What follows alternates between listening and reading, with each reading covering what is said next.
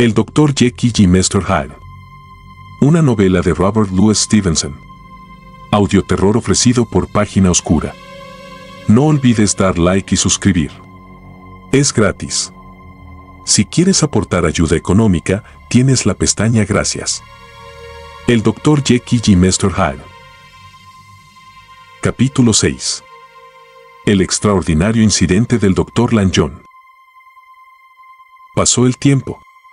Una recompensa de miles de esterlinas pendía sobre la cabeza del asesino, ya que la muerte de Sir Danvers se había sentido como una afrenta a toda la comunidad, pero Ide seguía escapando a la búsqueda como si no hubiera existido nunca. Muchas cosas de su pasado, y todas abominables, habían salido a la luz. Se conocieron sus inhumanas crueldades y vilezas, su vida ignominiosa, sus extrañas compañías, el odio que parecía haber inspirado cada una de sus acciones. Pero no había ni el más mínimo rastro sobre el lugar en que se escondía. Desde el momento en que había dejado su casa de Soho, la mañana del delito, y de pura y simplemente había desaparecido. Así, poco a poco, Utterson empezó a reponerse de las peores sospechas y a recuperar algo la calma. La muerte de Sir Danvers, llegó a pensar, está más que pagada con la desaparición del señor Ide. Jekyll parecía renacido a nueva vida ahora que ya no sufría esa influencia nefasta. Salido de su aislamiento, volvió a frecuentar a los amigos y a recibirlos con la familiaridad y cordialidad de una vez, y si siempre había sobresalido por sus obras de caridad, ahora se distinguía también por su espíritu religioso. Llevaba una vida activa, pasaba mucho tiempo al aire libre, en su mirada se reflejaba la conciencia de quien no pierde ocasión para hacer el bien. Y así, en paz consigo mismo, vivió más de 2 meses. El 8 de enero Utterson había cenado en casa de él con otros amigos, entre ellos también Lanyon, y la mirada de Jekyll ya había corrido de uno a otro como en los viejos tiempos, cuando los tres eran inseparables. Pero el 12, y de nuevo el 14, el notario pidió inútilmente ser recibido. El doctor se había cerrado en casa y no quería ver a nadie, dijo Pole. El 15, tras un nuevo intento y un nuevo rechazo, Utterson empezó a preocuparse. Se había acostumbrado a ver a su amigo casi todos los días en los últimos 2 meses, y esa vuelta a la soledad le preocupaba y entristecía. La noche después cenó con Gast, y la siguiente fue a casa del Dr. Lanyon. Allí, al menos, fue recibido sin ninguna dificultad, pero se aterrorizó al ver cómo había cambiado Lanyon en pocos días. En la cara, escrita con letras muy claras, se leía su sentencia de muerte. Ese hombre de color rosáceo se había quedado térreo, enflaquecido, visiblemente más calvo, más viejo en años. Y sin embargo no fueron tanto estas señales de decadencia física las que detuvieron la atención del notario, sino una cualidad de su mirada, algunas particularidades del comportamiento, que parecían testimoniar un profundo terror. Era improbable, en un hombre como Lanyon, que ese terror fuese el terror de la muerte. Sin embargo Utterson tuvo la tentación de sospecharlo. Sí, pensó, es médico, sabe que tiene los días contados, y esta certeza lo trastorna. Pero cuando, cautamente, el notario aludió a su mala cara, Lanyon con valiente firmeza declaró que sabía que estaba condenado. He sufrido un golpe tremendo, dijo, y sé que no me recuperaré, es cuestión de semanas. Bien, ha sido una vida agradable. Sí, señor, agradable. Vivir me causaba placer. Pero a veces pienso que, si lo supiéramos todo, nos iríamos más contentos. También Jekyll está enfermo, dijo Utterson. ¿Lo has visto? Lanyon cambió la cara y levantó una mano temblorosa. No quiero ver, dijo con voz alta enfermiza, ni oír hablar jamás del Dr. Jekyll.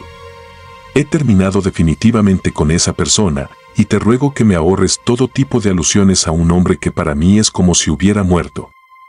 Bueno, dijo Utterson. Y luego, tras una larga pausa, ¿no puedo hacer nada?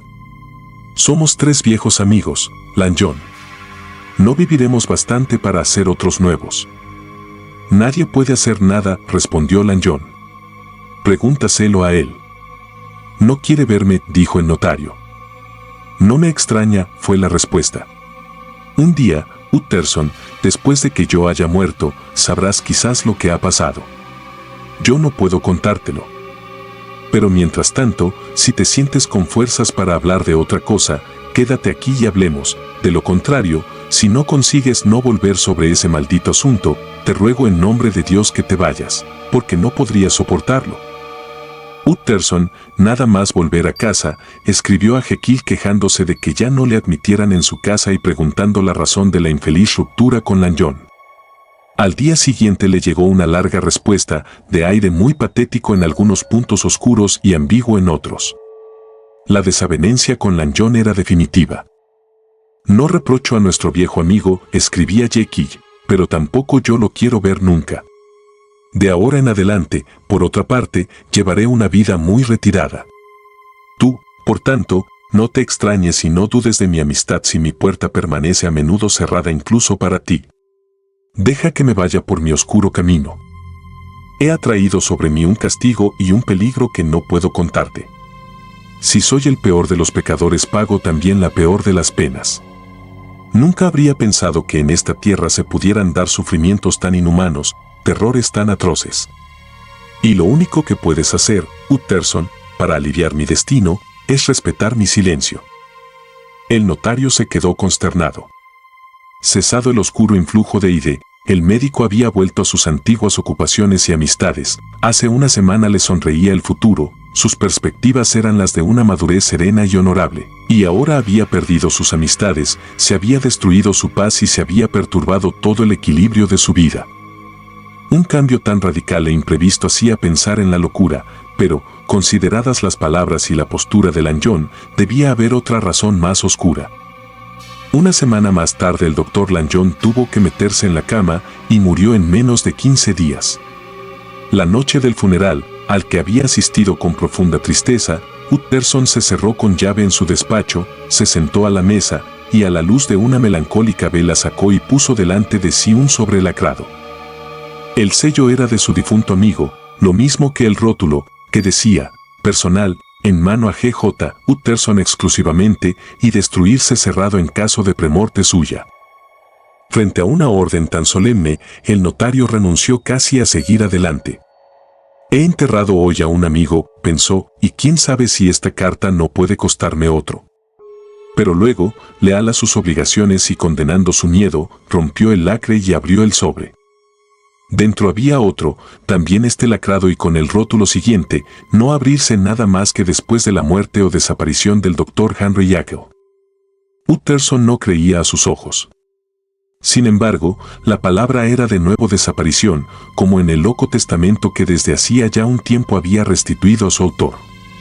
Una vez más, la idea de desaparición y el nombre de Henry Jekyll aparecían unidos.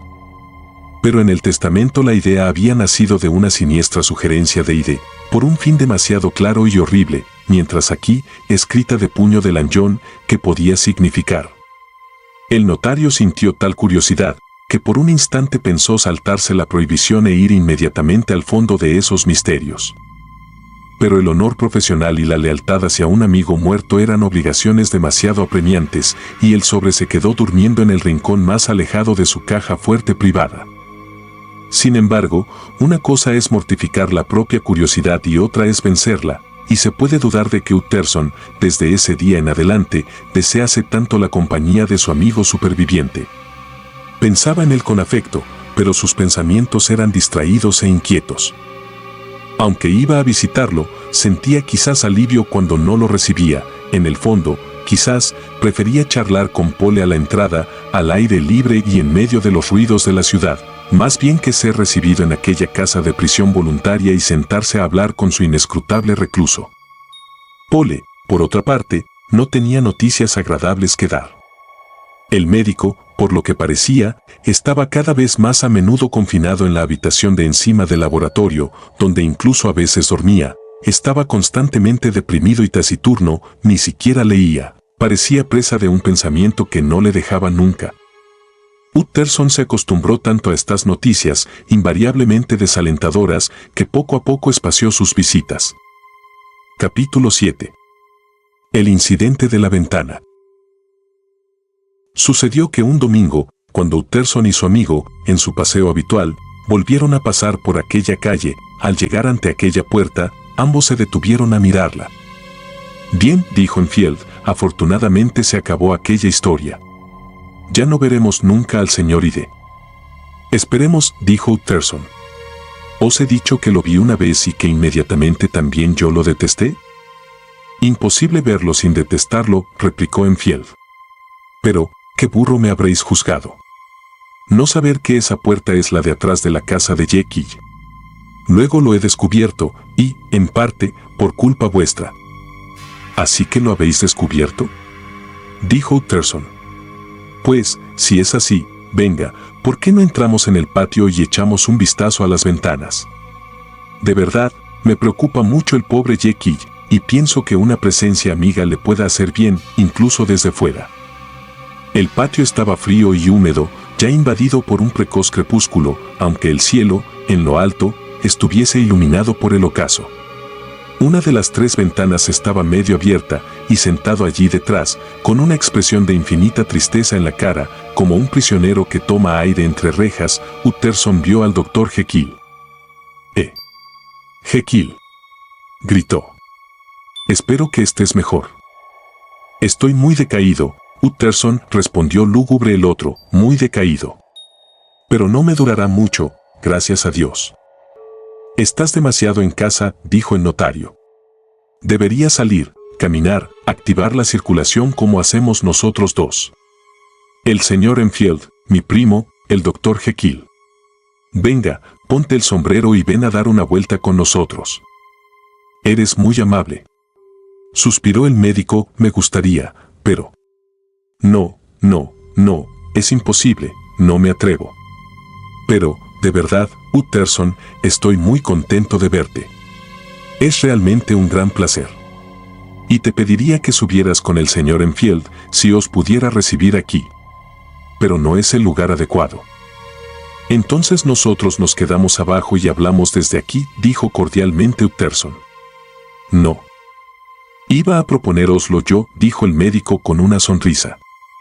Pero, apenas había dicho estas palabras, desapareció la sonrisa de golpe y su rostro se contrajo en una mueca de tan desesperado, abyecto terror, que los dos en el patio sintieron helarse. Lo vieron solo un momento, porque instantáneamente se cerró la ventana, pero bastó ese momento para morirse de miedo, se dieron media vuelta y dejaron el patio sin una palabra. Siempre en silencio cruzaron la calle, y solo después de llegar a una más ancha, donde incluso los domingos había más animación, Utterson se volvió por fin y miró a su compañero. Ambos estaban pálidos y en sus ojos había el mismo susto. Dios nos perdone. Dios nos perdone, dijo Utterson. Pero Enfield se limitó gravemente a asentirlo con la cabeza y continuó caminando en silencio. Capítulo 8. La última noche. Utterson estaba sentado junto al fuego una noche, después de cenar, cuando recibió la inesperada visita de Pole. ¡Qué sorpresa, Pole! ¿Cómo por aquí?, exclamó. Luego, mirándolo mejor, preguntó con aprensión, ¿qué pasa? ¿El doctor está enfermo? Señor Utterson, dijo el criado, hay algo que no me gusta nada. Sentaos y tranquilizaos. Bueno, tomad un vaso, dijo el notario. Y ahora decime con claridad qué pasa. Bien, señor, dijo Pole, vos sabéis cómo es el doctor y cómo estaba siempre encerrado allí, en la habitación de encima del laboratorio. Pues bien, la cosa no me gusta, señor, que yo me muera si me gusta. Tengo miedo, señor Utterson. Pero explicaos, buen hombre. ¿De qué tenéis miedo? Tengo miedo desde hace unos días, quizás desde hace una semana, dijo Pole eludiendo obstinadamente la pregunta, y ya no aguanto más.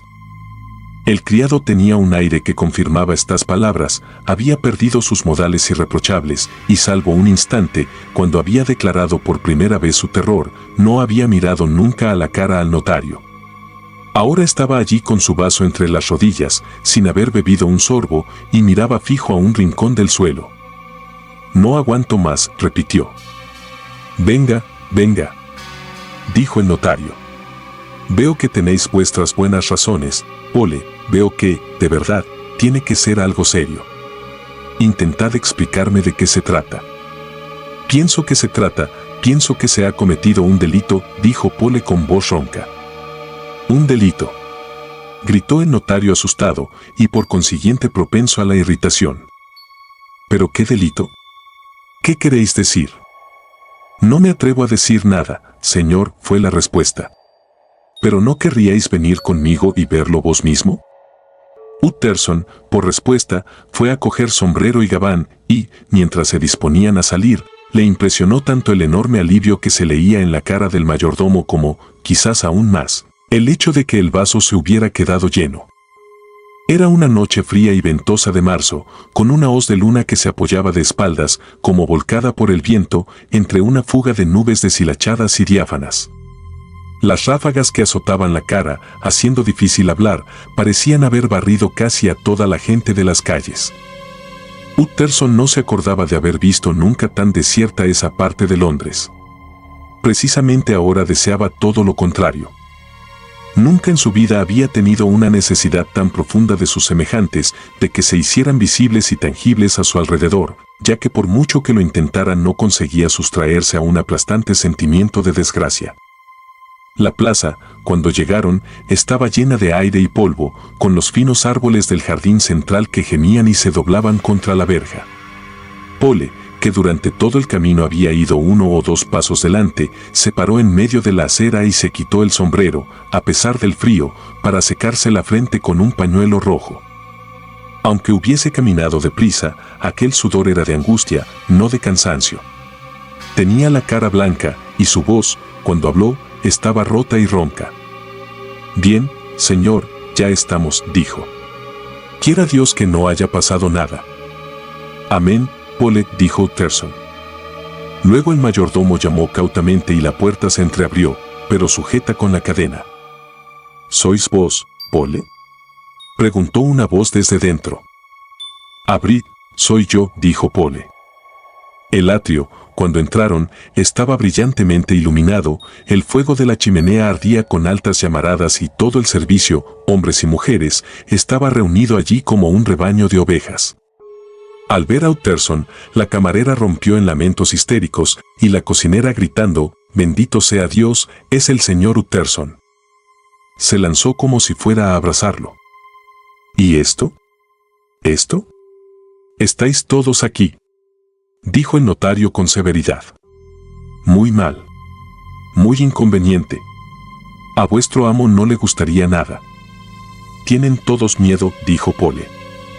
Nadie rompió el silencio para protestar. El llanto de lamentos de la camarera de repente se hizo más fuerte. «Cállate un momento», le gritó Pole con un acento agresivo que traicionaba la tensión de sus nervios.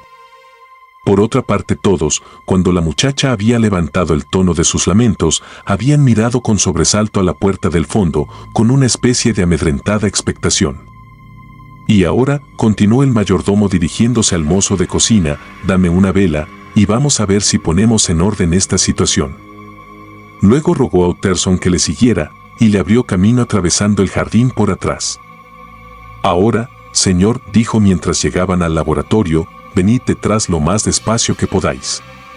Quiero que oigáis sin que os oigan.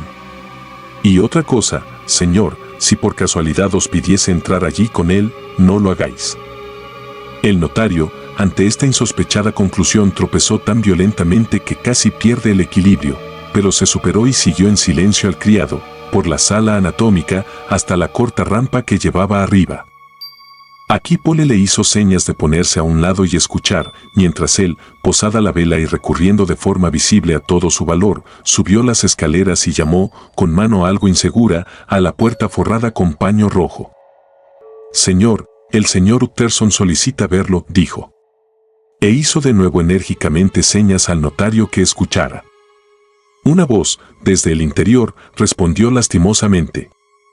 «Decidle que no puedo ver a nadie». «Gracias, señor», dijo Pole con un tono que era casi de triunfo. Y cogiendo la vela, recondujo al notario por el patio y por la enorme cocina, en la que estaba apagado el fuego y las cucarachas correteaban por el suelo.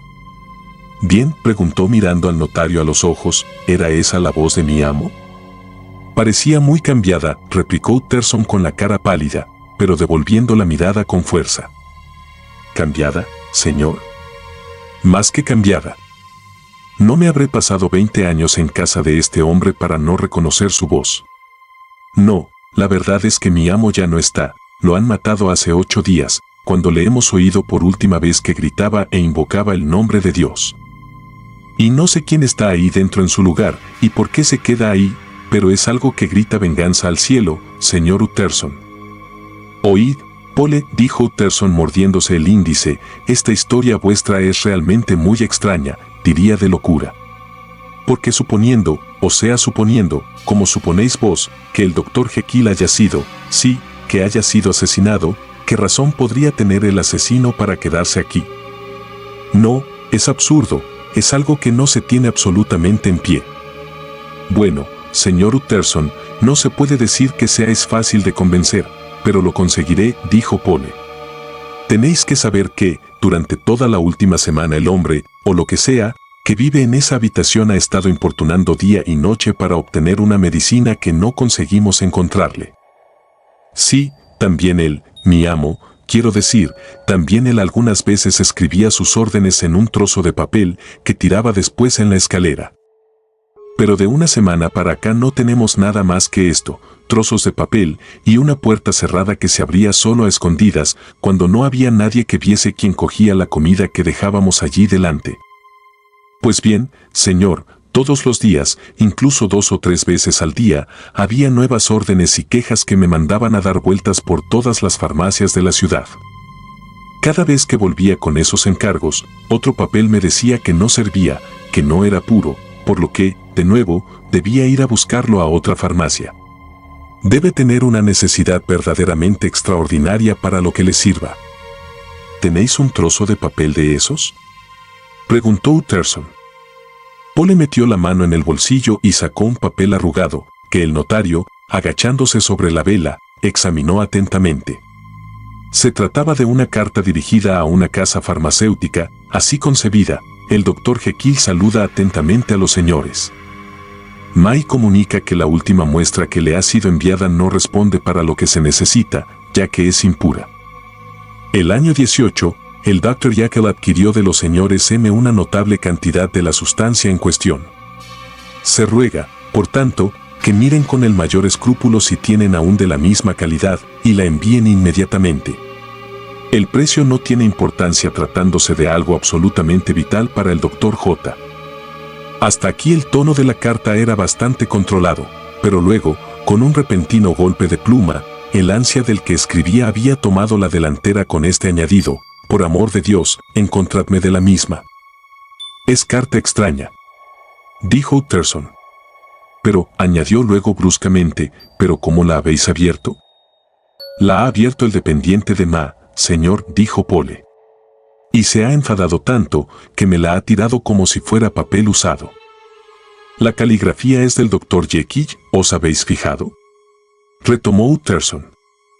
Pienso que se parece, contestó el criado con alguna duda. Y cambiando la voz añadió, ¿pero qué importa la caligrafía? Yo le he visto a él. ¿Qué le has visto?, repitió el notario.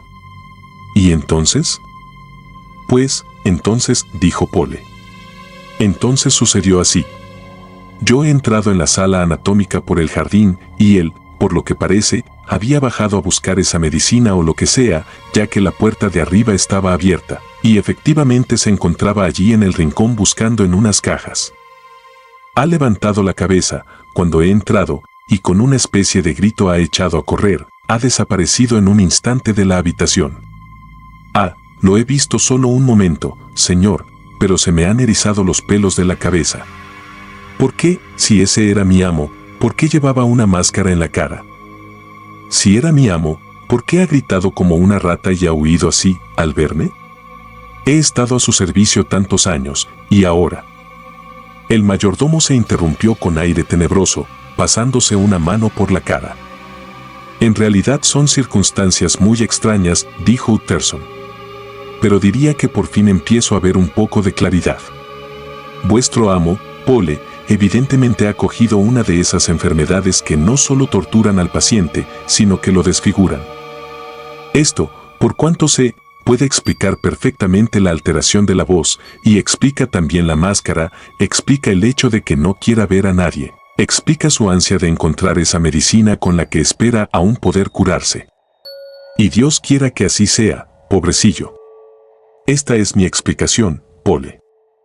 Es una explicación muy triste, ciertamente, muy dolorosa de aceptar, pero es también simple, clara, natural, y nos libra de peores temores. Señor, dijo el otro tapándose de una especie de palidez a capas, esa cosa no era mi amo, y esta es la verdadera verdad. Mi amo, aquí el mayordomo miró alrededor y bajó la voz casi hasta un susurro, es alto y fuerte, y eso era casi un enano. Ah, exclamó interrumpiendo al notario, que intentaba protestar, ¿pensáis que no habría reconocido a mi amo después de 20 años? ¿Pensáis que no sé dónde llega con la cabeza, pasando por una puerta, después de haberlo visto todas las mañanas de mi vida? No, señor, esa cosa enmascarada no ha sido nunca el Dr. Jekyll. Dios sabe lo que es, pero no ha sido nunca el Dr. Jekyll. Para mí, os lo repito, lo único seguro es que aquí ha habido un delito.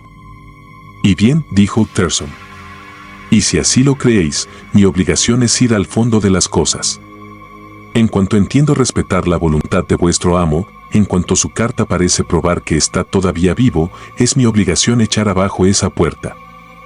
Ah, así se habla, gritó el mayordomo. Pero veamos. ¿Quién la va a echar abajo? Pues bien, vos y yo, señor, fue la firme respuesta. Muy bien dicho, replicó el notario. Y suceda lo que suceda, Pole, no tendréis nada de que arrepentiros.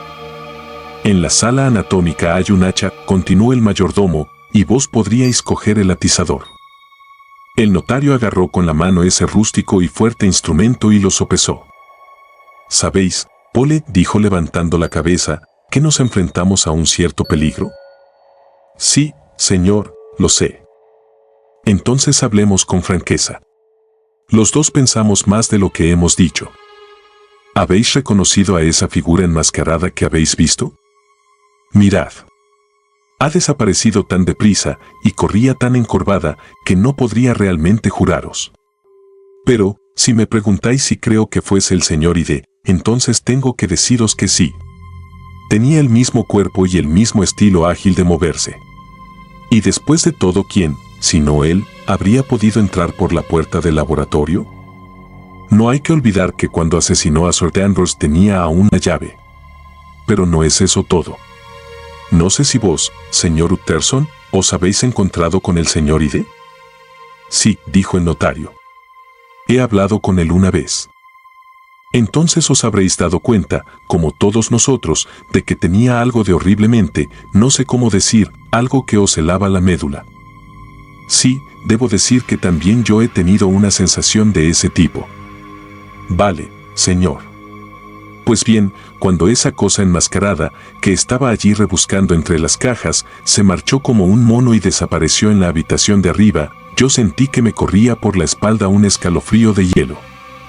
Ah, ya sé que no es una prueba, señor Utterson, pero un hombre sabe lo que siente, y yo juraría sobre la Biblia que ese era el señor Ide. Tengo miedo que tengáis razón, dijo Utterson. Ese maldito vínculo, nacido del mal, no podía llevar más que a otro mal. Ya, por desgracia, os creo. También yo pienso que el pobre Harry ha sido asesinado y que el asesino está todavía en esa habitación, Dios sabe por qué. Pues bien, que nuestro nombre sea venganza. Llamad a Bradshaw. El camarero llegó nervioso y palidísimo. Tranquilizaos, Bradshaw, dijo el notario. Esta espera os ha sometido a todos a una dura prueba, lo entiendo, pero ya hemos decidido terminar. Pole y yo iremos al laboratorio y forzaremos esa puerta. Si nos equivocamos, tengo anchas espaldas para responder de todo. Pero mientras tanto, si por caso en realidad se ha cometido un crimen y el criminal intenta huir por la puerta de atrás, vos y el muchacho de cocina id de allí y colocaos de guardia con 2 buenos garrotes. Os damos 10 minutos para alcanzar vuestros puestos, concluyó mirando el reloj. Y nosotros vayamos a los nuestros, dijo luego a Pole, retomando el atizador y saliendo el primero al patio. Nubes más densas tapaban la luna, la noche se había oscurecido, y el viento, que en la profundidad del patio llegaba solo a ráfagas, hacía que la llama de la vela oscilase. Llegados por fin a cubierto en el laboratorio, los dos se sentaron en muda espera. Londres hacía oír alrededor su sordo murmullo, pero en el laboratorio todo era silencio, a excepción de un rumor de pasos que iban de arriba a abajo en la habitación de arriba. Así pasea todo el día, señor, murmuró Pole, y también durante casi toda la noche. Solo cuando le traía una muestra de esas tenía un poco de reposo. Ah, no hay peor enemigo del sueño que la mala conciencia. Hay sangre derramada en cada uno de esos pasos. Pero escuchad bien, escuchad mejor, señor Utterson, y decime, ¿son los pasos del doctor? Los pasos, aunque lentos, eran extrañamente elásticos y ligeros, bien distintos de esos seguros y pesados de Henry Jekyll. ¿Y no habéis oído nada más?, preguntó el notario. Pole admitió. Una vez, susurró, una vez le he oído llorar. ¿Llorar?, dijo Utterson sintiendo llenarse de nuevo horror. ¿Cómo? Llorar como una mujer, como un alma en pena, dijo el mayordomo. Tanto que, cuando me fui, casi lloraba también yo, por el peso que tenía en el corazón. Casi habían pasado los 10 minutos. Pole agarró el hacha de un montón de paja de embalaje, puso la vela de forma que alumbrase la puerta, y ambos, encima de la escalera, se acercaron conteniendo la respiración, mientras los pasos seguían de arriba a abajo, de abajo arriba, en el silencio de la noche. «Jekyll, pido verte», gritó fuerte Utterson. Y después de haber esperado una respuesta que no llegó, continuó, «Te advierto que ya sospechamos lo peor, por lo que tengo que verte, y te veré o por las buenas o por las malas. Abre». Utterson, por el amor de Dios, ten piedad, dijo la voz. «Ah, este no es Jekyll», gritó el notario, «esta es la voz de Ide. Abajo la puerta, Pole». Pole levantó el hacha y lanzó un golpe que retronó en toda la casa, arrancando casi la puerta de los goznes y de la cerradura. De dentro vino un grito horrible, de puro terror animal. De nuevo cayó el hacha, y de nuevo la puerta pareció saltar del marco. Pero la madera era gruesa, los herrajes muy sólidos, y solo al quinto golpe la puerta arrancada cayó hacia adentro sobre la alfombra. Los sitiadores se retrajeron un poco, impresionados por su propia bulla y por el silencio total que siguió, antes de mirar dentro. La habitación estaba alumbrada por la luz tranquila de la vela, y un buen fuego ardía en la chimenea, donde la tetera silbaba su débil motivo. Un par de cajones estaban abiertos, pero los papeles estaban en orden en el escritorio, y en el rincón junto al fuego estaba preparada una mesita para el té. Se podría hablar de la habitación más tranquila de Londres, e incluso de la más normal, aparte los armarios de cristales con sus aparatos de química. Pero allí en medio, en el suelo, yacía el cuerpo dolorosamente contraído y aún palpitante de un hombre. Los dos se acercaron de puntillas y, cautamente, lo dieron vuelta sobre la espalda. Era Ide. El hombre vestía un traje demasiado grande para él, un traje de la talla de Jekyll, y los músculos de la cara todavía le temblaban como por una apariencia de vida. Pero la vida ya se había ido, y por la ampolla rota en la mano contraída, por el olor a almendras amargas en el aire, Utterson supo que estaba mirando el cadáver de un suicida. «Hemos llegado demasiado tarde», dijo bruscamente, tanto para salvar como para castigar. «Ide se ha ido a rendir cuentas, Pole, y a nosotros no nos queda más que encontrar el cuerpo de vuestro amo». El edificio comprendía fundamentalmente la sala anatómica, que ocupaba casi toda la planta baja y recibía luz por una cristalera en el techo, mientras la habitación de arriba formaba un primer piso por la parte del patio. Entre la sala anatómica y la puerta de la calle había un corto pasillo, que comunicaba con la habitación de arriba mediante una segunda rampa de escaleras. Luego había varios trasteros y un amplio sótano. Todo esto, ahora, se registró a fondo. Para los trasteros bastó un vistazo, porque estaban vacíos y, a juzgar por el polvo, nadie los había abierto desde hacía tiempo.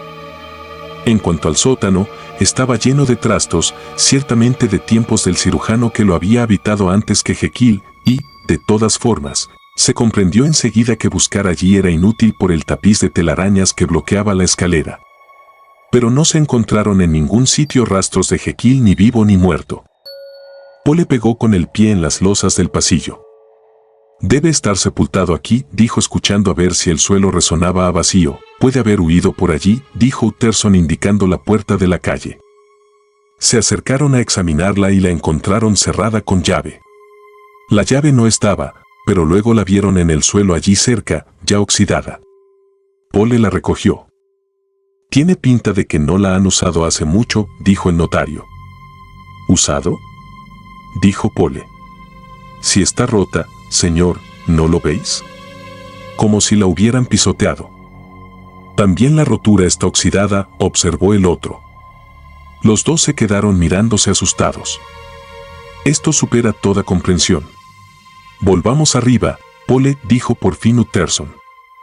Subieron en silencio y, con una mirada amedrentada al cadáver, procedieron a un examen más minucioso de la habitación. En un banco encontraron los restos de un experimento químico, con montoncitos de sal blanca ya dosificados en distintos tubos y que se habían quedado allí, como si el experimento hubiese sido interrumpido. Es la misma sustancia que le he traído siempre, dijo Pole. En ese momento, con rumor que les hizo estremecer, el agua hirviendo rebosó la tetera, atrayéndoles junto al fuego. Aquí estaba todo preparado para el té en la mesita cerca del sillón, estaba hasta el azúcar en la taza. En la misma mesa había un libro abierto, cogido de una estantería cercana, y Utterson lo hojeó desconcertado. Era un libro de devoción que Jekyll le había comentado que le gustaba, y que llevaba en sus márgenes increíbles blasfemias de su puño y letra. Continuando su inspección, los dos llegaron ante el alto espejo inclinable y se pararon a mirar con instintivo horror en sus profundidades. Pero el espejo, en su ángulo, reflejaba solo el rojizo juego de resplandores del techo, el centelleo del fuego 100 veces repetido en los cristales de los armarios y sus mismos rostros pálidos y asustados, agachados a mirar. Este espejo debe haber visto cosas extrañas, señor, susurró Pole con voz atemorizada. Pero ninguna más extraña que él mismo, dijo el notario en el mismo tono. Pues Jekyll, ¿para qué?, se interrumpió, como asustado de su misma pregunta. Pues Jekyll, añadió, ¿para qué lo quería aquí? Es lo que quisiera saber también yo, señor, dijo Pole. Pasaron a examinar el escritorio. Aquí, entre los papeles bien ordenados, había un sobre grande con este rótulo de puño y letra del médico, para el señor Utterson. El notario lo abrió y sacó una hoja, mientras otra hoja y un sobre lacrado se caían al suelo. La hoja era un testamento y estaba redactado en los mismos términos excéntricos del que Utterson le había devuelto 6 meses antes, o sea, debía servir de testamento en caso de muerte, y como acto de donación en caso de desaparición.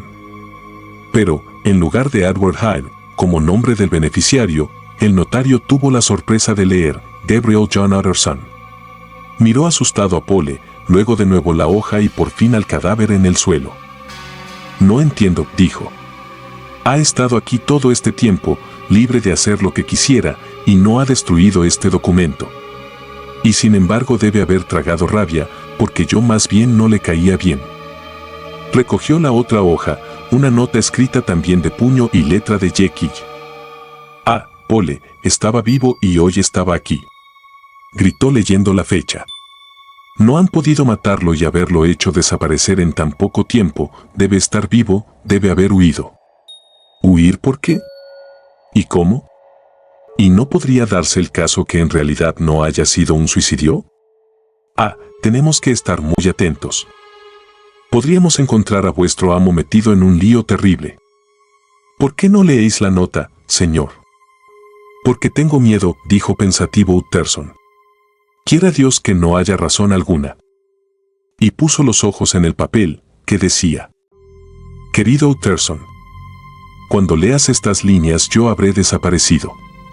No sé prever con precisión cuándo, pero mi instinto, las mismas circunstancias de la indescriptible situación en la que me encuentro me dicen que el final es seguro y que no podrá tardar. Tú, en primer lugar, lee tu carta que Lanyon me dijo que te había escrito. Y si luego tienes todavía ganas de saber más, lee la confesión de tu indigno y desgraciado amigo Henry Jekyll. ¿No había alguna cosa más? Preguntó Utterson cuando lo leyó. Esto, señor, dijo Pole, entregando un sobre lacrado en varios puntos. El notario metió en el bolso el sobre y dobló la nota. No diré nada de esta nota, recomendó, si vuestro amo ha escapado y está muerto, podremos al menos salvar su reputación. Ahora son las 10.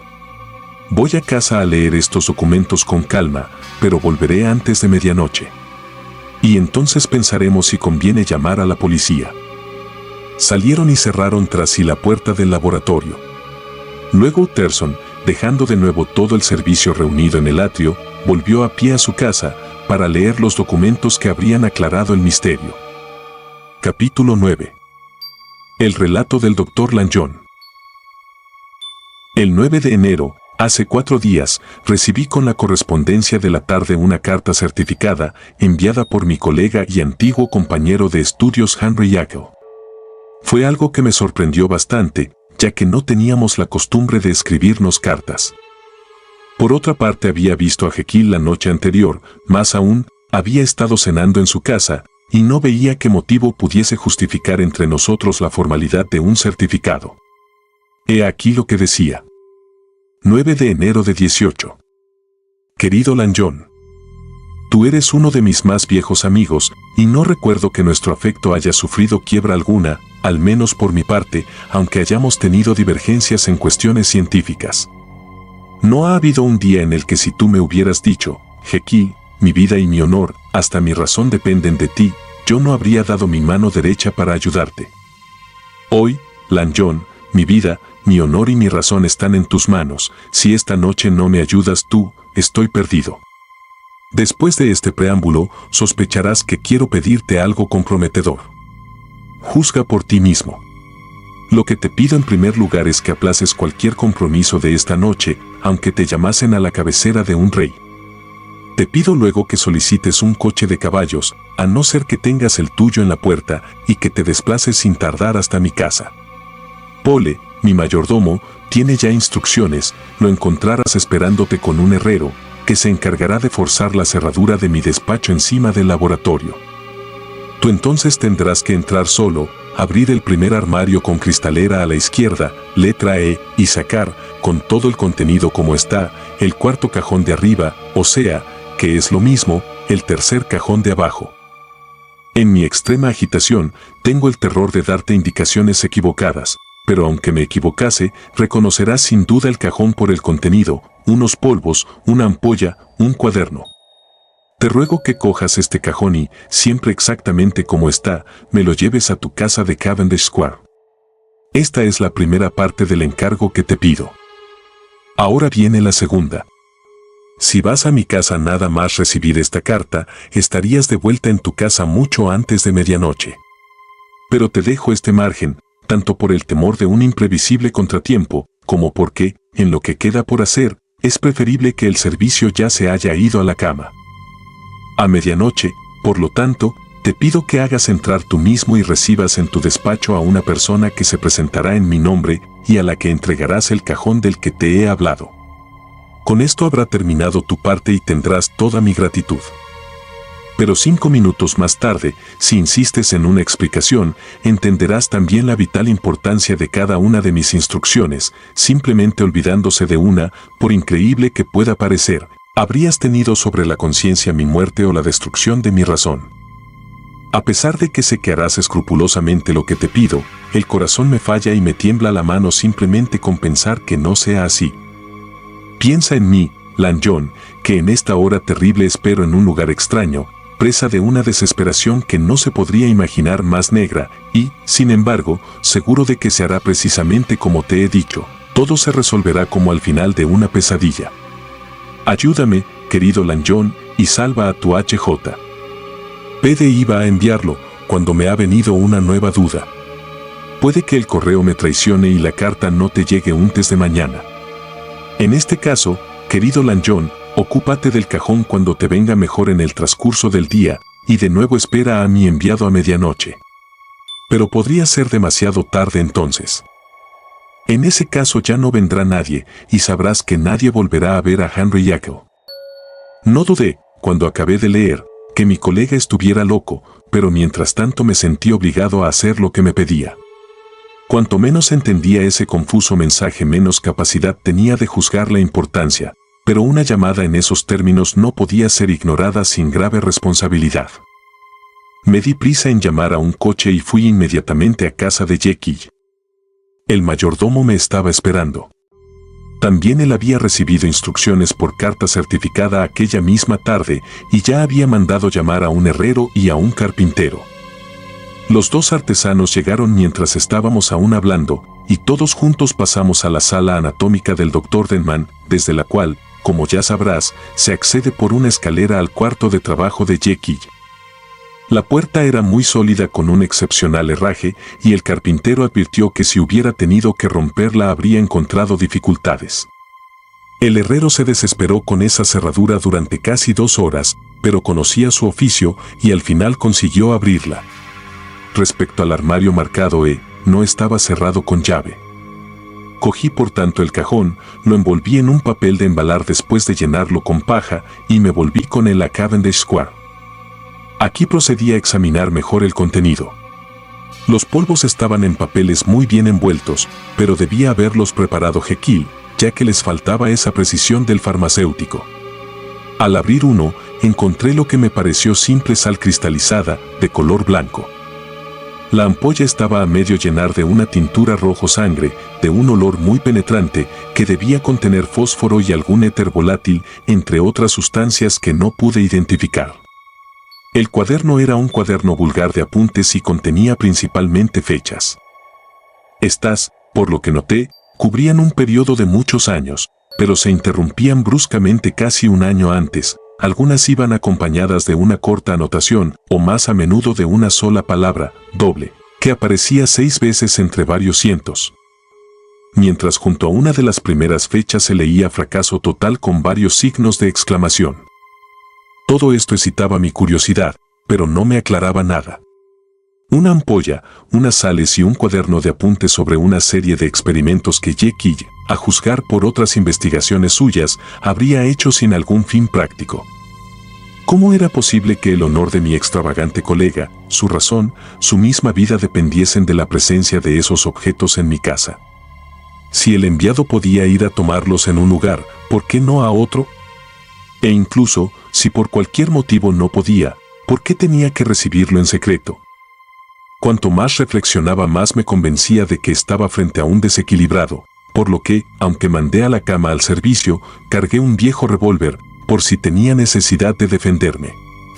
Apenas habían dado las 12 campanadas de medianoche en Londres, oí que llamaban muy suavemente a la puerta de entrada. Fui a abrir yo mismo, y me encontré a un hombre bajo, de cuerpo diminuto, medio agazapado contra una de las columnas. ¿Venís de parte del Dr. Jekyll?, pregunté. Lo admitió con un gesto empachado, y mientras le decía que pasara miró furtivamente para atrás. Algo lejos, en la oscuridad de la plaza, había un guardia que venía con una linterna, y me pareció que mi visitante se sobresaltó al verlo, apresurándose a entrar. Tengo que decir que todo esto me causó una pésima impresión, por lo que le abrí camino teniendo una mano en el revólver. Luego, en el despacho bien iluminado, pude por fin mirarlo bien. Estaba seguro de que no lo había visto antes nunca. Era pequeño, como he dicho, y particularmente me impresionó la extraña asociación en él de una gran vivacidad muscular con una evidente deficiencia de constitución. Me impresionaron también su expresión malvada y, quizás aún más, el extraordinario sentido de escalofrío que me daba su simple presencia. Esta sensación particular, semejante de algún modo a un principio de rigidez histérica y acompañada por una notable reducción del pulso, la atribuí entonces a una especie de idiosincrasia mía, de mi aversión personal, y me extrañé solo de la agudeza de los síntomas.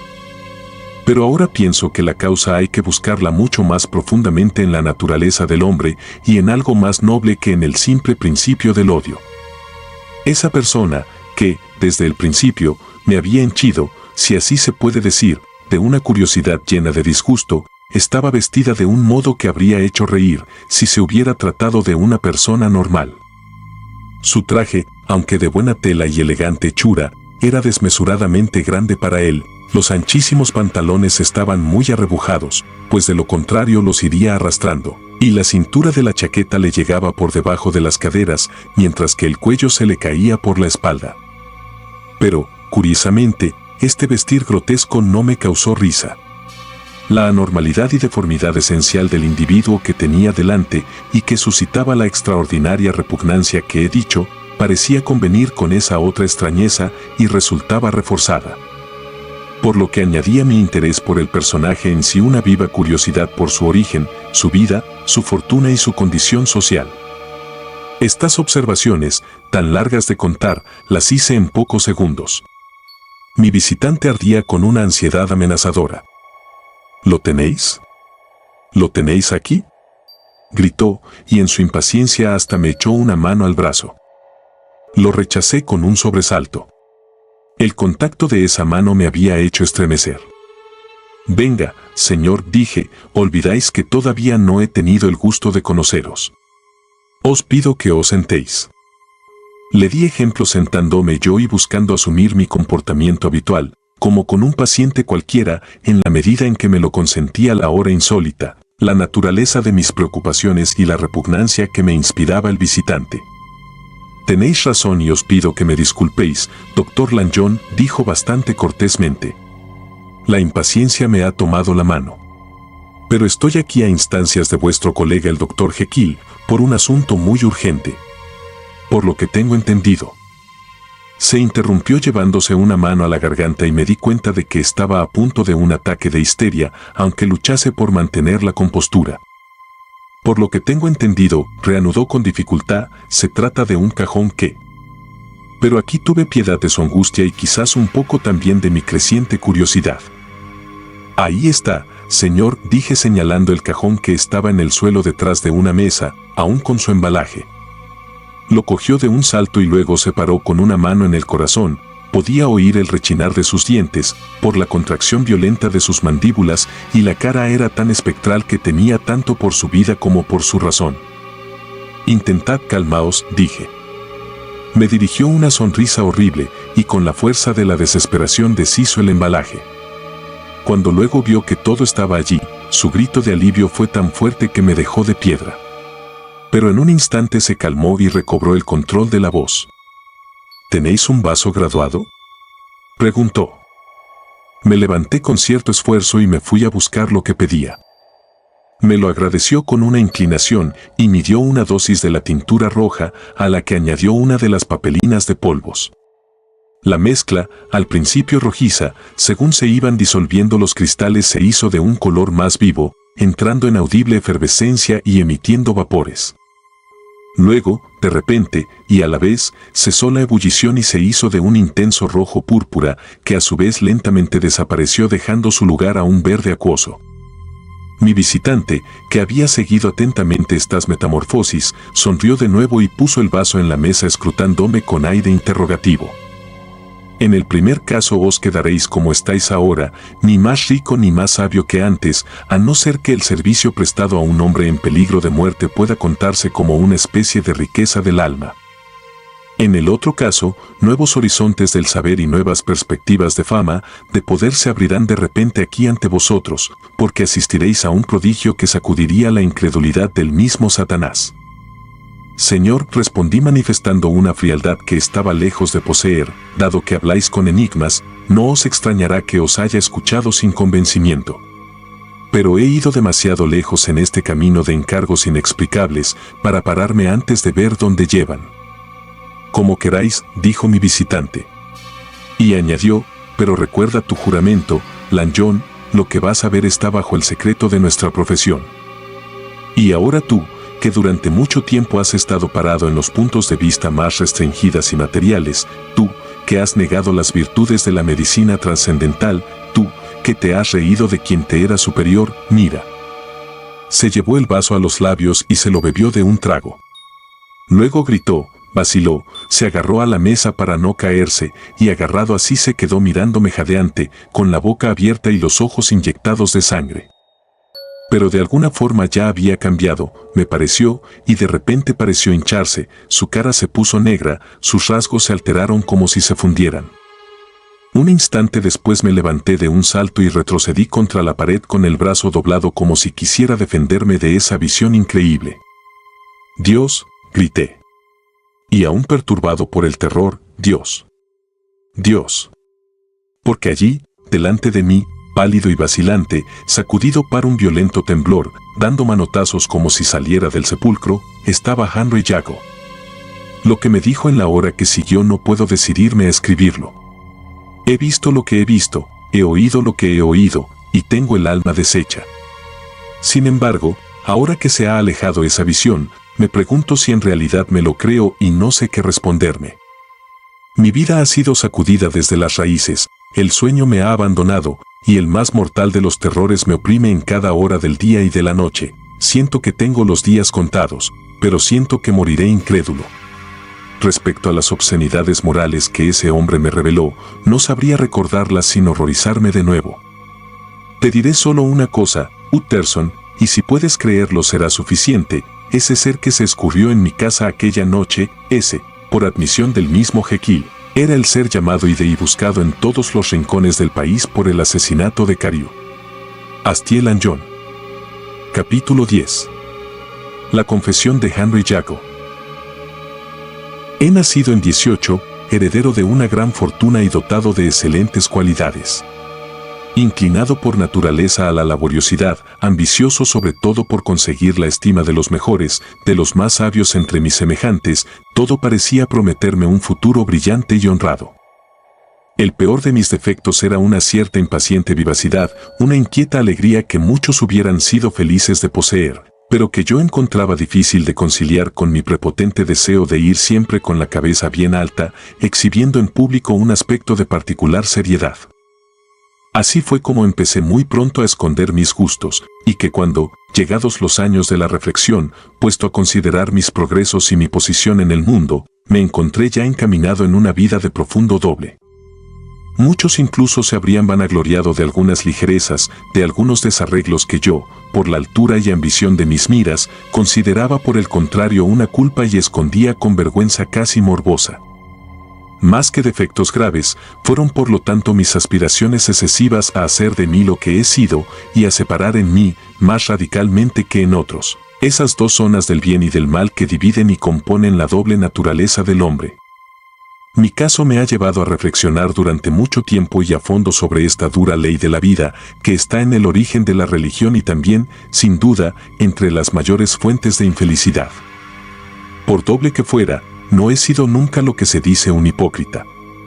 Los dos lados de mi carácter estaban igualmente afirmados.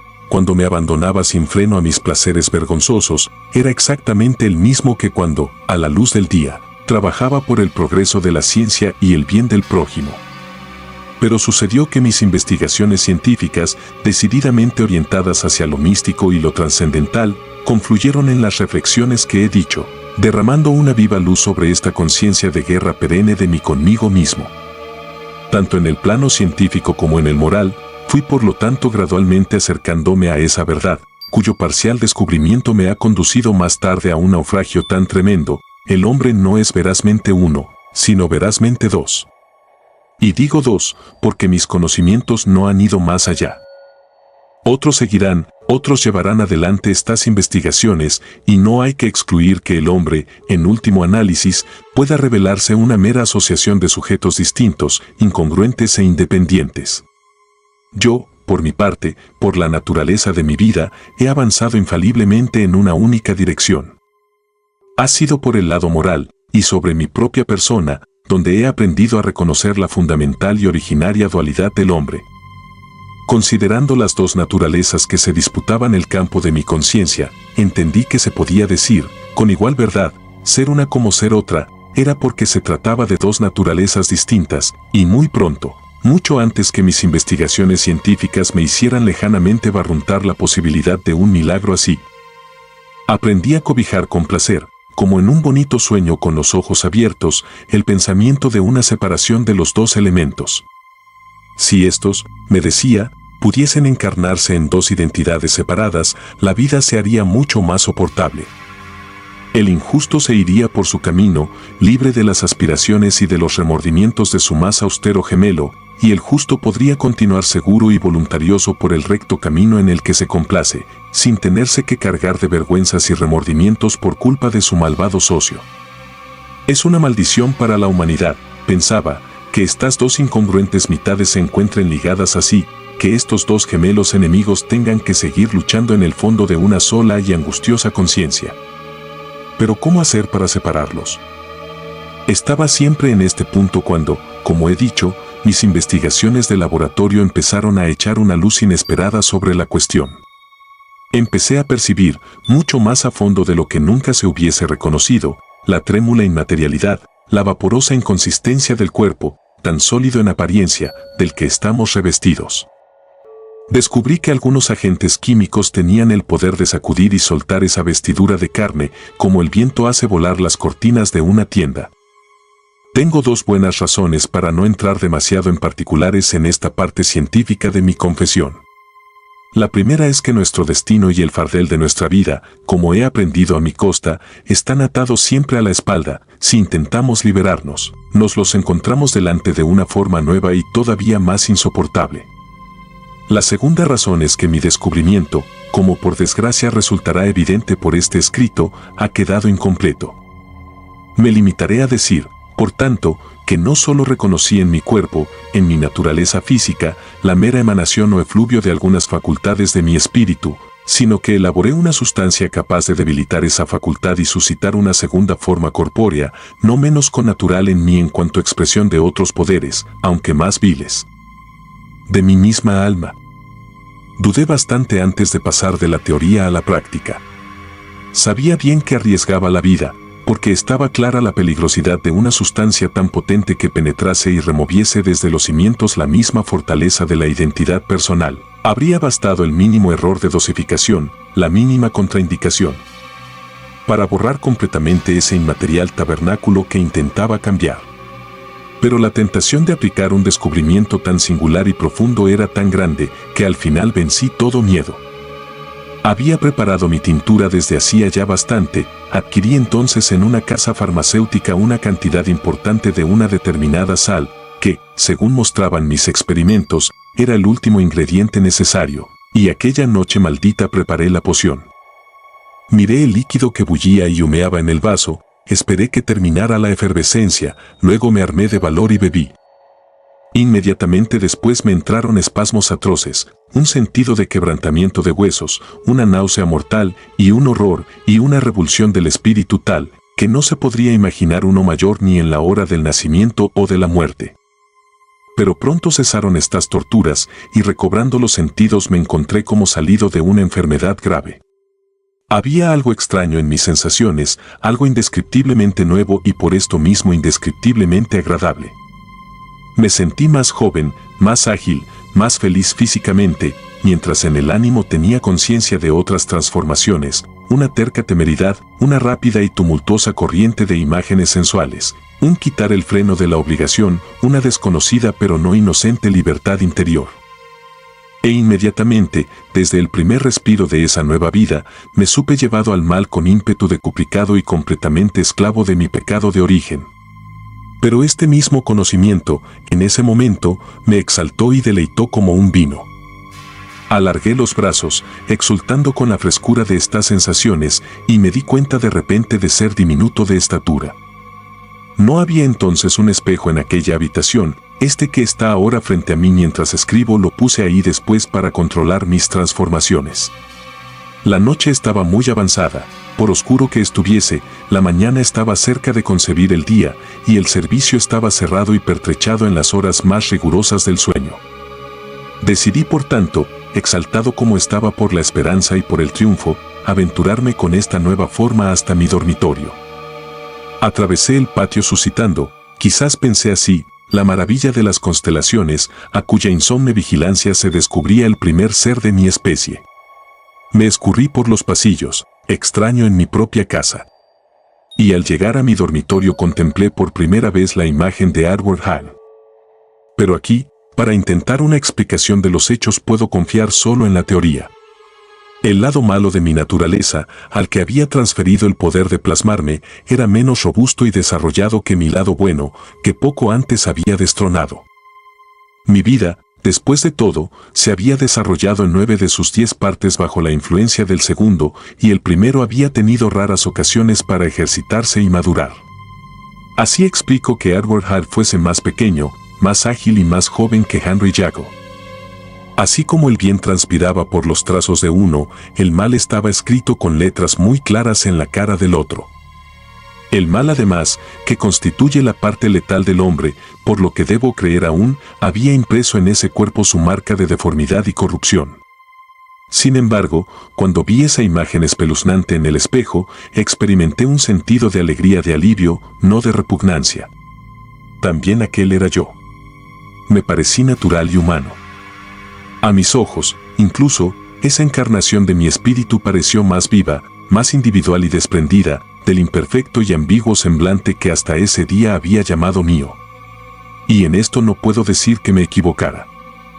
He observado que cuando asumía el aspecto de Ide nadie podía acercárseme sin estremecerse visiblemente, y esto, sin duda, porque, mientras que cada uno de nosotros es una mezcla de bien y de mal, Edward Hall, único en el género humano, estaba hecho solo de mal.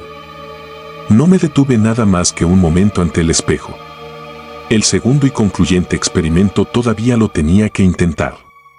Quedaba por ver si no habría perdido mi identidad para siempre, sin posibilidad de recuperación. En ese caso, antes de que se hiciera de día, tendría que huir de esa casa que ya no era mía. Volviendo deprisa al laboratorio, preparé y bebí de nuevo la poción. De nuevo pasé por la agonía de la metamorfosis, y volviendo en mí me encontré con la cara, la estatura, la personalidad de Henry Jago. Esa noche había llegado a una encrucijada fatal.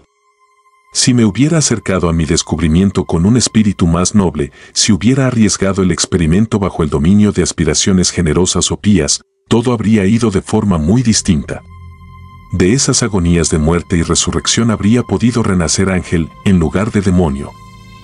La droga por sí misma no obraba en un sentido más que en otro, no era por sí ni divina ni diabólica, abrió las puertas que encarcelaban mis inclinaciones, y de allí, como los prisioneros de Filipos, salió corriendo quien quiso. Mis buenas inclinaciones entonces estaban adormecidas, pero las malas vigilaban, instigadas por la ambición, y se desencadenaron. La cosa proyectada fue Ide. Así, de las 2 personas en las que me dividí, una fue totalmente mala, mientras la otra se quedó en el antiguo Henry Jago, esa incongruente mezcla que no había conseguido reformar. El cambio, por tanto, fue completamente hacia peor. Aunque ya no fuera joven, yo no había aún perdido mi aversión por una vida de estudio y de trabajo. A veces tenía ganas de divertirme. Pero, como mis diversiones eran, digamos así, poco honorables, y como era muy conocido y estimado, además de tener una edad respetable, la incongruencia de esa vida me pesaba cada día más. Principalmente por esto me tentaron mis nuevos poderes, y de esta manera quedé esclavo. Solo tenía que beber la poción, abandonar el cuerpo del conocido profesor y vestirme, como con un nuevo traje, con el de Edward Hall. La idea me sonreía y la encontré, entonces, ingeniosa. Hice mis preparativos con el máximo cuidado. Alquilé y amueblé la casa de Soho, donde luego fue la policía a buscar a Ide. Tomé como gobernanta a una mujer que tenía pocos escrúpulos y le interesaba estar callada. Y por otra parte advertí a mis criados que un tal señor Ide, del que describí su aspecto, habría tenido de ahora en adelante plena libertad y autoridad en mi casa, para evitar equívocos, para que en casa se familiarizaran con él, me hizo visita en mi nuevo aspecto. Luego escribí y te confié el testamento que tanto desaprobaste, de tal forma que, si le hubiera ocurrido algo al Dr. Jekyll, habría podido sucederle como Ide. Y así precavido, en cuanto suponía, en todos los sentidos, empecé a aprovecharme de las extrañas inmunidades de mi posición. Hace un tiempo, para cometer delitos sin riesgo de la propia persona y reputación, se pagaban y se mandaban a matones. Yo fui el primero que dispuse de un matón que mandaba por ahí para que me proporcionase satisfacciones. Fui el primero en disponer de otro yo mismo que podía en cualquier momento desembridarse para gozar de toda libertad, como un chiquillo de escuela en sus escapadas, sin comprometer mínimamente la dignidad y la seriedad de mi figura pública. Pero también en el impenetrable traje de Ide estaba perfectamente al seguro. Si pensamos, ni existía. Bastaba que, por la puerta de atrás, me escurriese en el laboratorio y engullese la poción, siempre preparada para esta eventualidad, porque Edward Hyde, hiciera lo que hiciera, desaparecía como desaparece de un espejo la marca del aliento. Y porque en su lugar, inmerso tranquilamente en sus estudios al nocturno rayo de la vela, había uno que se podía reír de cualquier sospecha, Henry Jekyll. Los placeres que me apresuré a encontrar bajo mi disfraz eran, como he dicho, poco decorosos, no creo que deba definirlos con mayor dureza, pero en las manos de Edward Hyde empezaron pronto a inclinarse hacia lo monstruoso. A menudo a la vuelta de estas excursiones, consideraba con consternado estupor mi depravación vicaria. Esa especie de familiar mío, que había sacado de mi alma y mandaba por ahí para su placer, era un ser intrínsecamente malo y perverso. En el centro de cada pensamiento suyo, de cada acto, estaba siempre y solo él mismo. Bebía el propio placer, con avidez bestial, de los atroces sufrimientos de los demás. Tenía la crueldad de un hombre de piedra. Henry Jekyll a veces se quedaba congelado con las acciones de Edward Hyde, pero la situación estaba tan fuera de toda norma, de toda ley ordinaria que debilitaba insidiosamente su conciencia. Ide y solo Ide, después de todo, era culpable. Y Jekyll, cuando volvía en sí, no era peor que antes, se encontraba con todas sus buenas cualidades inalteradas, incluso procuraba, si era posible, remediar el mal causado por Ide. Y así su conciencia podía dormir. No me pararé a describir las infamias de las que de esta forma me hice cómplice, ya que no sabría admitir, ni siquiera ahora, que las he cometido yo. Diré simplemente por qué caminos y tras qué advertencias llegó por fin mi castigo. Sin embargo, hay un incidente que debo recordar, aunque no tuviera consecuencias. Un acto mío de crueldad con una niña provocó la intervención de un paseante que he reconocido el otro día en la persona de tu primo Enfield. Se unieron a él el médico y los familiares de la pequeña, y hubo momentos en los que temí por mi vida, por fin, para aplacar su justa ira. Ide les llevó hasta la puerta del laboratorio y pagó con un cheque firmado por Jekyll.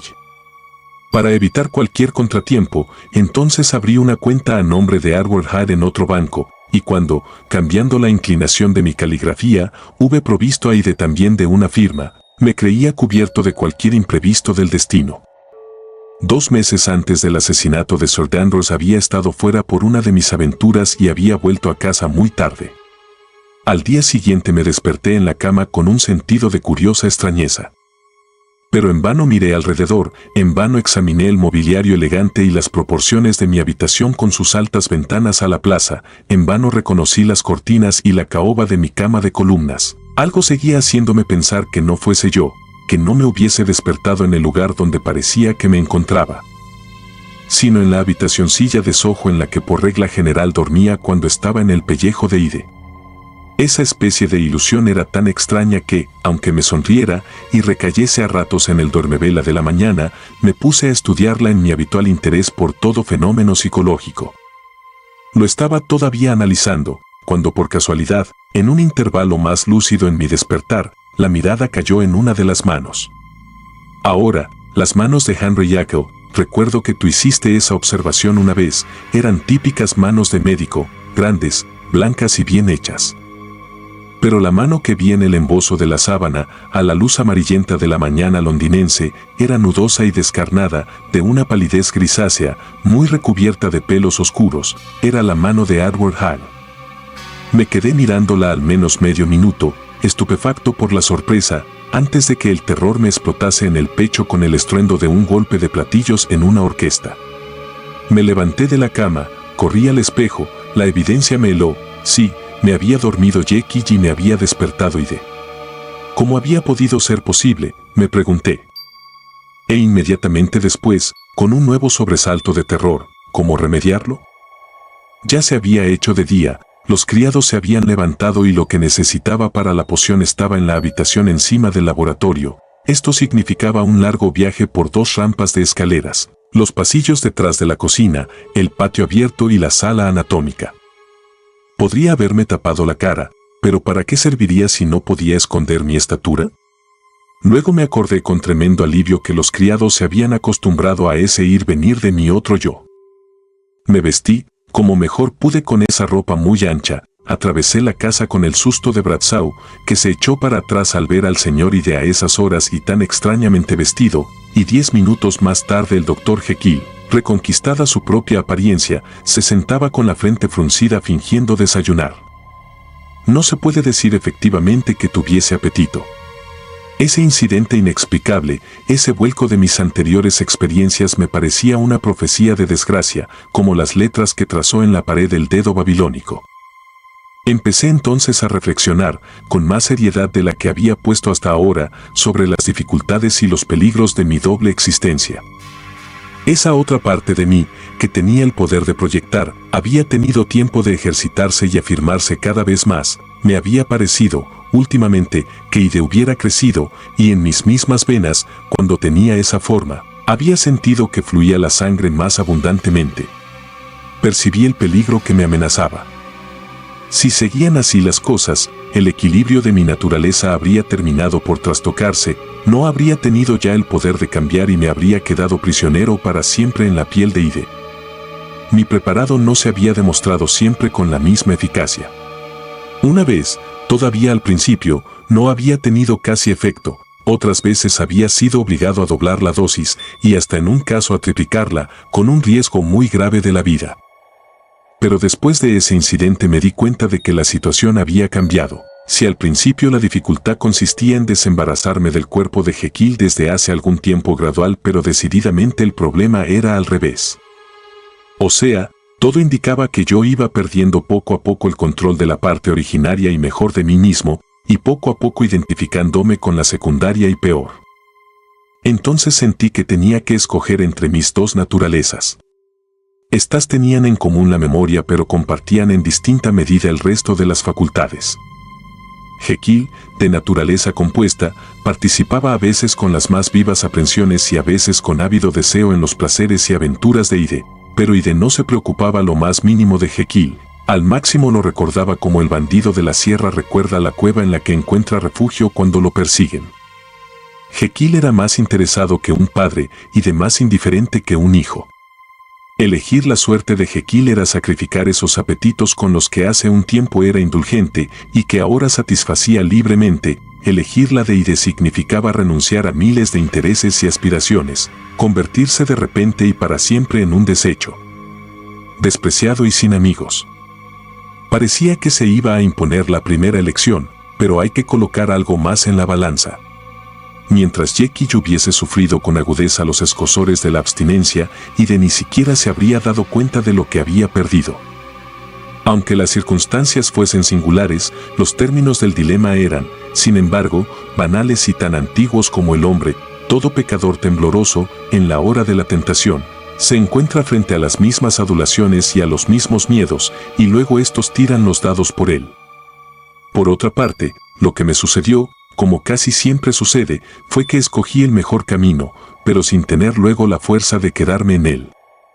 Sí, preferí al maduro médico insatisfecho e inquieto, pero rodeado de amigos y animado por honestas esperanzas, y di un decidido adiós a la libertad, a la relativa juventud, al paso ligero, a los fuertes impulsos y secretos placeres de los que gocé en la persona de Hyde. Hice esta elección, quizá, con alguna desconocida reserva. No cancelé el arrendamiento de la casa de Soho, no destruí las ropas de Hyde que tenía en la habitación de encima del laboratorio. Durante 2 meses, sin embargo, me mantuve firme en mi resolución.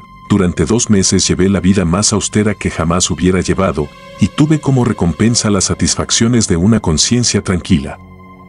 Pero mis miedos, con el tiempo, se debilitaron, las alabanzas de la conciencia, con la costumbre, perdieron eficacia. Empecé, por el contrario, a ser atormentado por impulsos y deseos angustiosos, como si el mismo Hyde estuviera luchando para liberarse y al final, en un momento de flaqueza moral, de nuevo preparé y bebí la poción. No creo que el borracho, cuando razona consigo de su vicio, se preocupe alguna vez realmente de los peligros a los que se expone en su estado de embrutecimiento. Tampoco yo nunca, aunque a veces hubiese reflexionado sobre mi situación, había tenido suficientemente en cuenta la completa insensibilidad moral y la enloquecida predisposición al mal, que eran los rasgos dominantes de Ide. Por esto me vino el castigo. Mi demonio había estado encerrado mucho tiempo en la jaula y escapó rugiendo. Inmediatamente fui consciente, incluso antes de haber terminado la poción, de una más desenfrenada y furiosa voluntad de mal. Y esto quizás explica la tempestad de intolerancia, de irresistible aversión, que desencadenaron en mí las maneras correctas y corteses de mi víctima. Pues al menos puedo declarar ante Dios que ningún hombre mentalmente sano habría podido reaccionar con un delito semejante a una provocación tan inconsistente, y que no había en mí más luz de razón cuando golpeé, de la que hay en un niño que rompe con impaciencia un juguete. Yo, por otra parte, me había despojado voluntariamente de todos esos instintos que, haciendo por así decir de contrapeso, permiten incluso a los peores entre nosotros resistir en alguna medida a las tentaciones. Ser tentado, para mí, significaba caer. Se desencadenó entonces un verdadero espíritu del infierno. Me enfurecí mucho con el hombre ya en el suelo, saboreando con júbilo cada golpe que le daba, y solo cuando el cansancio sucedió al furor, todavía en pleno delirio, de golpe me heló el terror. Una niebla se disipó. Entendí que ya hasta mi vida estaba en peligro y huí temblando del lugar de mi crueldad. Pero temblaba de miedo y de exaltación a la vez, igualmente enfurecido en la voluntad de vivir y en la, apenas satisfecha y mucho más estimulada, de hacer el mal. Fui corriendo a la casa de Soho y para mayor seguridad rompí mis papeles, luego me encaminé por las calles alumbradas por las farolas, siempre en ese contrastado éxtasis del espíritu. Complaciéndome cruelmente de mi delito, ya proyectando alegremente cometer otros, y sin embargo dándome prisa y con oído atento por el temor de oír detrás de mí los pasos del vengador. Y detenía una canción en los labios, mientras preparaba la mezcla, y bebió brindando por el que había matado. Pero nada más cesar los dolores de la metamorfosis, Henry Jackal, de rodillas, invocaba a Dios con lágrimas de gratitud y de remordimiento. El velo del amor de sí se había rasgado de arriba a abajo, y en ese momento tuve delante toda mi vida. Podía seguirla desde los días de la infancia, cuando paseaba agarrado de la mano de mi padre, hasta las luchas y sacrificios de mi vida de médico, pero solo para volver siempre de nuevo con el mismo sentido de irrealidad a los condenados horrores de aquella noche. Habría querido gritar.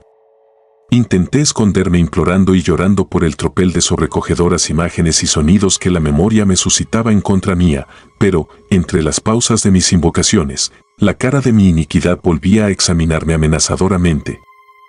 Por fin el remordimiento se hizo menos agudo, y poco a poco le sucedió un sentido de liberación. El problema de mi conducta estaba resuelto. Y de ahora en adelante, ya no habría sido posible y yo, quisiera o no, habría quedado confinado en la parte mejor de mi existencia. Qué alegría experimenté con este pensamiento. Con qué voluntariosa humildad acepté de nuevo las restricciones de la vida ordinaria. Con qué espíritu de sincera renuncia cerré la puerta por la que tan a menudo había ido y vuelto, y pisoteé la llave con el tacón. Al día siguiente se supo que había testigos del asesinato, que no había duda sobre la culpabilidad de Ide y que la víctima era una personalidad muy conocida. No había sido solo un delito, sino una trágica locura. Y creo que me alegré de saberlo, que me alegré de que el terror del patíbulo me confirmase y fortificase en mis mejores impulsos. Jekyll era ahora mi puerto de asilo. Si Ide se arriesgaba a salir un instante, las manos de todos se le habrían echado encima para agarrarlo y hacer justicia. Decidí que mi conducta futura rescataría mi pasado, y puedo decir honestamente que mi resolución trajo algún fruto. Sabes también con qué celo, en los últimos meses del año pasado, yo me dediqué a aliviar los dolores y sufrimientos, sabes que pude ser de ayuda para muchos, y sabes que pasé unos días tranquilos y felices.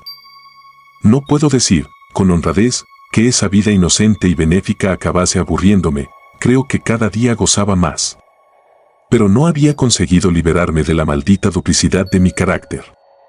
Cuando la voluntad de expiación se atenuó, la peor parte de mí, secundada durante mucho tiempo y ahora tan mortificada, empezó a rebullir y a reclamar. No es que pensase resucitar a Ide. Esa simple idea bastaba para que cayese en el temor. No, fui yo en cuanto Jekyll, en mi misma persona, el que jugó de nuevo con mi conciencia, y fue como cualquier pecador clandestino que cede por fin a los asaltos de la tentación. Pero todo tiene un límite, la medida mayor se colma, y bastó ese fugaz extravío para destruir el equilibrio de mi espíritu. En ese mismo momento, sin embargo, no me alarmé, la caída me había parecido natural, como una vuelta a los viejos tiempos antes de mi descubrimiento. Era una bonita, clara mañana de enero, con la tierra húmeda por la escarcha deshecha, pero ni una nube en el cielo. Regent's Park estaba lleno de invernales piares y olores casi primaverales. Yo estaba sentado al sol en un banco, y mientras el animal en mí lamía un resto de memorias, mi conciencia soñaba reprometiéndose penitencia, pero sin ninguna prisa por empezar. Después de todo, reflexioné, no era distinto de mis semejantes, pero luego sonreí comparando mi celo, mi laboriosa buena voluntad, con la perezosa crueldad de la negligencia de ellos. Estaba pavoneándome con este pensamiento cuando me asaltaron atroces espasmos acompañados de náuseas y temblorosas convulsiones. Fue una crisis tan fuerte, aunque no durara mucho, que me dejó casi desvanecido. Cuando, más tarde, poco a poco me recuperé, me di cuenta de un cambio en mi forma de pensar, mayor audacia, desprecio del peligro, desligadura de toda obligación. Bajé los ojos, la ropa me colgaba informe en mis miembros contraídos, la mano que apoyaba en una rodilla era huesuda y peluda. Era otra vez Arthur Hall. Un momento antes gozaba de la estima de todos, era rico y querido, una mesa preparada me esperaba en mi casa, y ahora no era más que un proscrito, sin casa y sin refugio, un asesino al que todos perseguían, carne de horca. Mi razón vaciló, pero no me faltó del todo. Ya he dicho que mis facultades parecían agudizarse y mi espíritu se hacía más tenso, más rápido, cuando estalla en mi segunda encarnación. Y así, mientras Jekyll, en ese punto, habría quizás abandonado la partida, y sin embargo supo adecuarse a la peligrosidad del momento. Los ingredientes para la poción estaban en un armario de la habitación encima del laboratorio. ¿Cómo llegar allí? Este era el problema que debía hacer un esfuerzo por resolver y sin perder un minuto de tiempo. Yo mismo había cerrado la puerta de atrás. Si hubiera intentado entrar por la puerta principal, los mismos criados me habrían llevado al verdugo. Vi que tenía que echar mano de otro, y acudí a Lanjon. Pero ¿cómo podría llegar a Lanjon? ¿Y cómo persuadirlo? Admitiendo que pudiese escapar de ser apresado por la calle, ¿cómo hacerme admitir a su presencia? ¿Cómo habría podido yo, visitante desconocido y desagradable, convencer al ilustre médico que saqueara el despacho de su colega, el doctor Jekyll? Luego me acordé que conservaba algo de la persona de Jekyll, la caligrafía, y vi entonces con claridad el camino que debía seguir. Me arreglé la ropa que llevaba encima lo mejor que pude, y llamé un coche para que me condujera a una posada de la que recordaba el nombre, en Portland Street.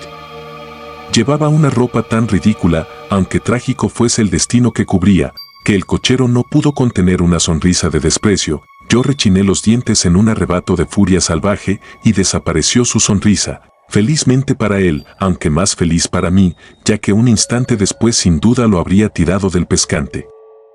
Luego en la posada, cuando entré, tenía un aire tan tétrico, que sirvientes y camareros, temblando de miedo, no osaron intercambiar una sola mirada en mi presencia, sino que, obedeciendo exquisitamente mis órdenes, me condujeron a una sala privada, a la que me trajeron todo lo que necesitaba para escribir.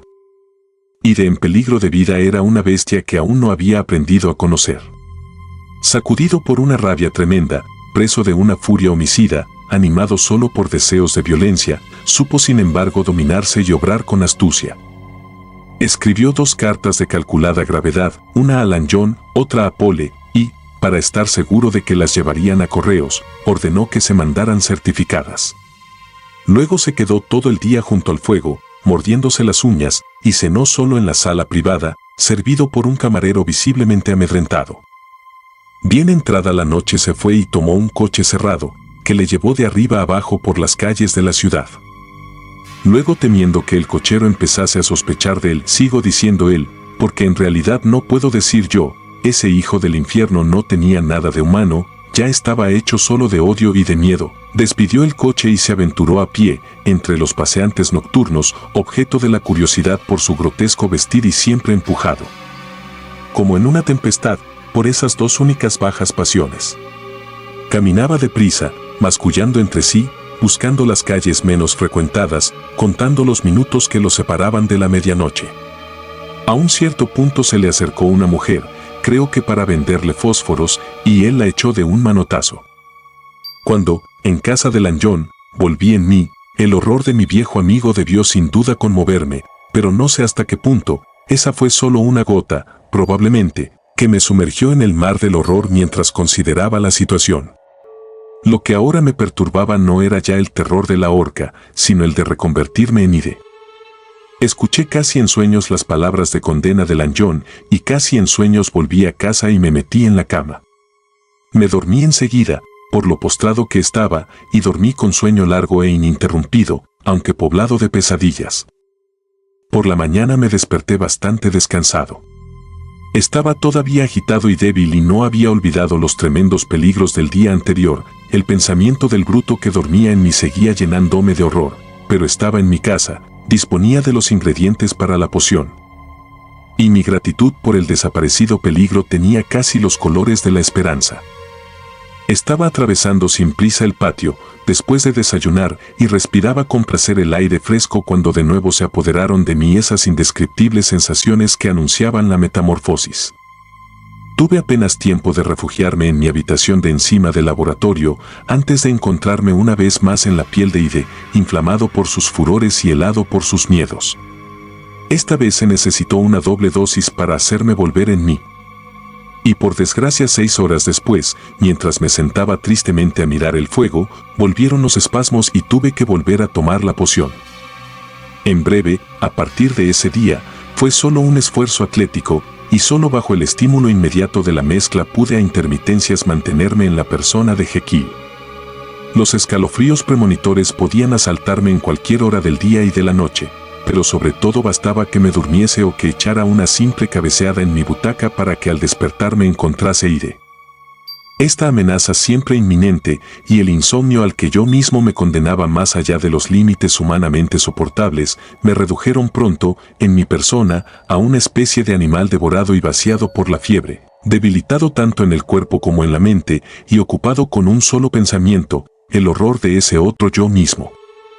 Pero cuando me dormía, o cuando cesaba el efecto de la poción, caía casi sin transición, ya que la metamorfosis en este sentido era siempre menos laboriosa, en la esclavitud de una fantasía rebosante de imágenes de terror, de un alma que hervía de odio sin motivo y de un cuerpo tan lleno de energías vitales que parecía incapaz de contenerlas.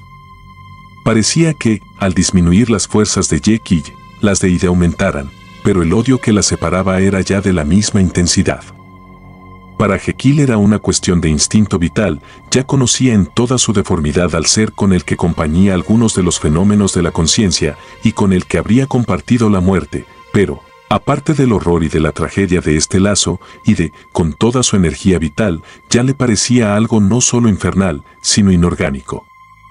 Esto era lo que más horror le producía, que ese fango de pozo pareciese emitir gritos y voces, que ese polvo amorfo gesticulase y pecase, que una cosa muerta, una cosa informe, pudiera usurpar las funciones de la vida.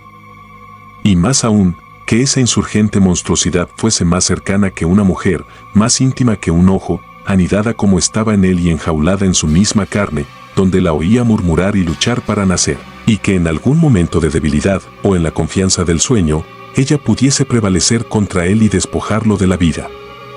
Ide odiaba a Jekyll por otras razones distintas. Su terror a la horca le empujaba siempre de nuevo al suicidio temporal, a abandonar provisionalmente la condición de persona para entrar en el estado subordinado de parte. Pero aborrecía esta necesidad, aborrecía la inercia en la que había caído Jekyll, y la cambiaba por la aversión con la que se sabía considerado. Esto explica las burlas simiescas que Ide empezó a tomarme, como escribir blasfemias de mi puño y letra en las páginas de mis libros, quemar mis papeles o destruir el retrato de mi padre. Incluso creo que, si no hubiera sido por el miedo a morir, ya hace tiempo que se habría arruinado a sí mismo para arrastrarme en su ruina. Pero su amor a la vida era extraordinario. Diré más, yo que me quedo helado y aterrorizado solo con pensarlo, yo, sin embargo, cuando reflexiono sobre la abyección y pasión de ese apego a la vida, y cuando lo veo temblar asustado, desencajado, Por la idea de que yo puedo eliminarlo con el suicidio, acabo por sentir hasta piedad. Es inútil alargar esta descripción, sobre todo porque el tiempo ya aprieta terriblemente.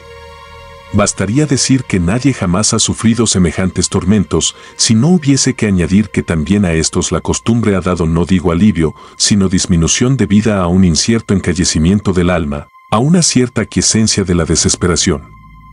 Y mi castigo habría podido durar años si no hubiera tenido lugar una circunstancia imprevista que dentro de poco me separará para siempre de mi propio aspecto y de mi naturaleza originaria. Mi provisión de sales, que no había nunca renovado desde los tiempos del primer experimento, últimamente ha empezado a escasear. Y cuando he mandado a buscar más y he preparado con ellas la mezcla, he conseguido la ebullición y el primer cambio de color, pero no el segundo. Y la poción no ha surtido ya efecto alguno. Pole te contará que le he enviado a buscar estas sales por todo Londres, pero sin conseguirlas. Ahora estoy convencido de que la primera cantidad debía ser impura y precisamente de esta desconocida impureza dependía su eficacia. Ha pasado desde entonces una semana y estoy terminando este escrito gracias a la última dosis de las viejas sales. Esta, por lo tanto, a no ser un por milagro, es la última vez que Henry Jacob puede pensar sus propios pensamientos y ver su cara, que tristemente ha cambiado, en el espejo que tiene delante. Ni puedo tardar mucho en concluir, porque solo gracias a mi cautela y a la suerte, estas hojas han escapado hasta ahora de la destrucción. Y si la metamorfosis se produjese mientras estoy aún escribiendo, las haría inmediatamente pedazos. Si, por el contrario, tengo tiempo de ponerlas aparte, su extraordinaria capacidad de pensar únicamente en sí mismo, la limitación de su interés por sus circunstancias inmediatas la salvarán quizás de su simiesco despecho. Pero en realidad el destino que nos aplasta a ambos ha cambiado e incluso domado a él.